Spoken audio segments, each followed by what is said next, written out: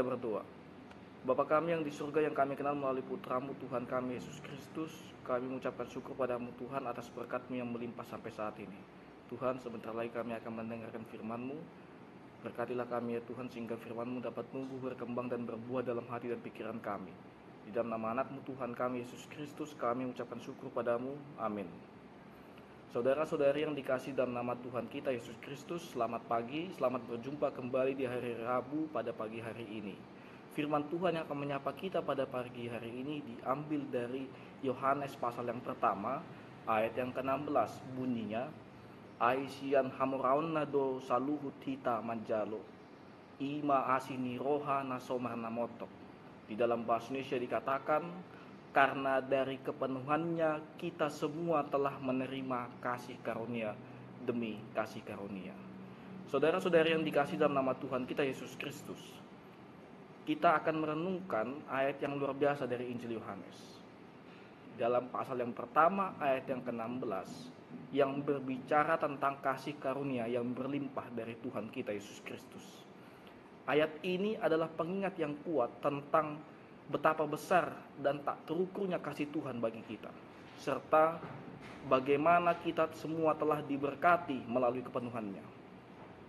Kasih karunia yang berlimpah dalam hidup ini, seringkali kita terjebak dalam perasaan tidak cukup baik atau tidak layak bagi orang lain. Dunia mengajarkan kita untuk selalu mengejar lebih banyak uang, lebih banyak kekuasaan, lebih banyak pengakuan. Namun dalam ayat ini kita diingatkan bahwa semua yang kita butuhkan telah diberikan kepada kita melalui kepenuhannya terhadap Yesus Kristus.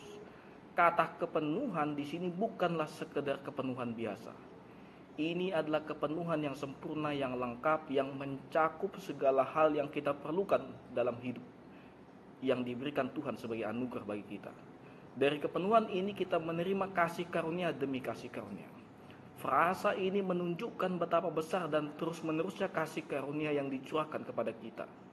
Ini bukan hanya sekali, bukan hanya dalam momen tertentu, tapi terus-menerus, seperti ombak yang takkan pernah berhenti menghantam pantai. Kasih karunia adalah pemberian Tuhan yang tak terbatas, sesuatu yang kita tidak bisa dapatkan dengan usaha kita sendiri. Seringkali kita merasa bahwa kita harus membayar kasih karunia Tuhan dengan perbuatan baik kita, dengan ketaatan kita, atau bahkan dengan upaya keras kita. Tetapi Yohanes mengingatkan kepada kita bahwa kasih karunia adalah hadiah yang diberikan kepada kita bukan karena kita pantas, tapi karena Tuhan begitu mengasihi kita.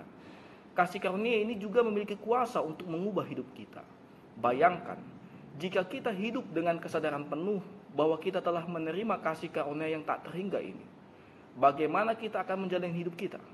Kita tidak bisa lagi hidup dalam ketakutan dan kecemasan, tetapi dalam sukacita dan damai sejahtera yang datang dari Tuhan. Kita tidak bisa lagi terjebak dalam perasaan tidak berharga, tetapi hidup dalam kepastian bahwa kita berharga di hadapan Tuhan. Kasih karunia dalam kehidupan kita sehari-hari. Mungkin kita seringkali berpikir bahwa kasih karunia hanya berhubungan dengan hal-hal yang bersifat rohani. Namun, kasih karunia Tuhan hadir dalam setiap aspek kehidupan kita.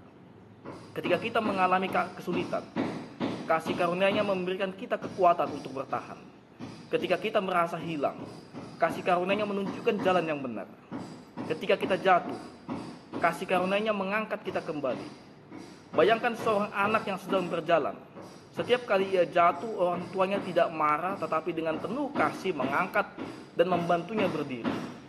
Demikian pula Tuhan melalui kasih karunia-Nya selalu setiap untuk mengangkat kita setiap kali kita jatuh.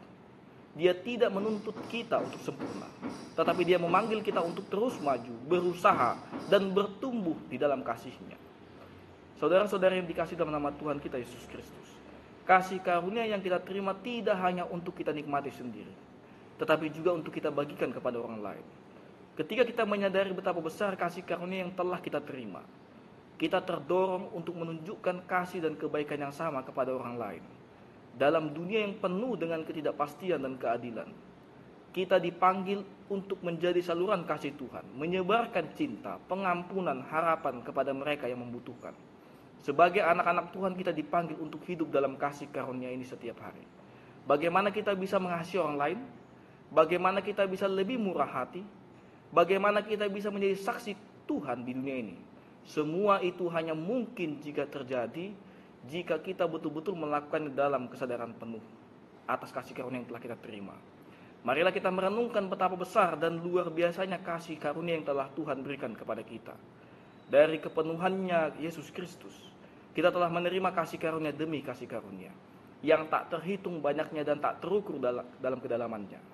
Semoga kita terus hidup dalam kepenuhan ini, dipenuhi oleh kasih karunia, dan menjadi alat Tuhan untuk menyebarkan kasih dan damai sejahtera di tengah-tengah dunia ini. Amin. Kasih karunia dari Tuhan Yesus Kristus, serta kasih setia Allah Bapa, dan persekutuan Roh Kudus, memberkati dan menyertai kamu sekalian hari ini, esok, dan sampai selama-lamanya. Amin.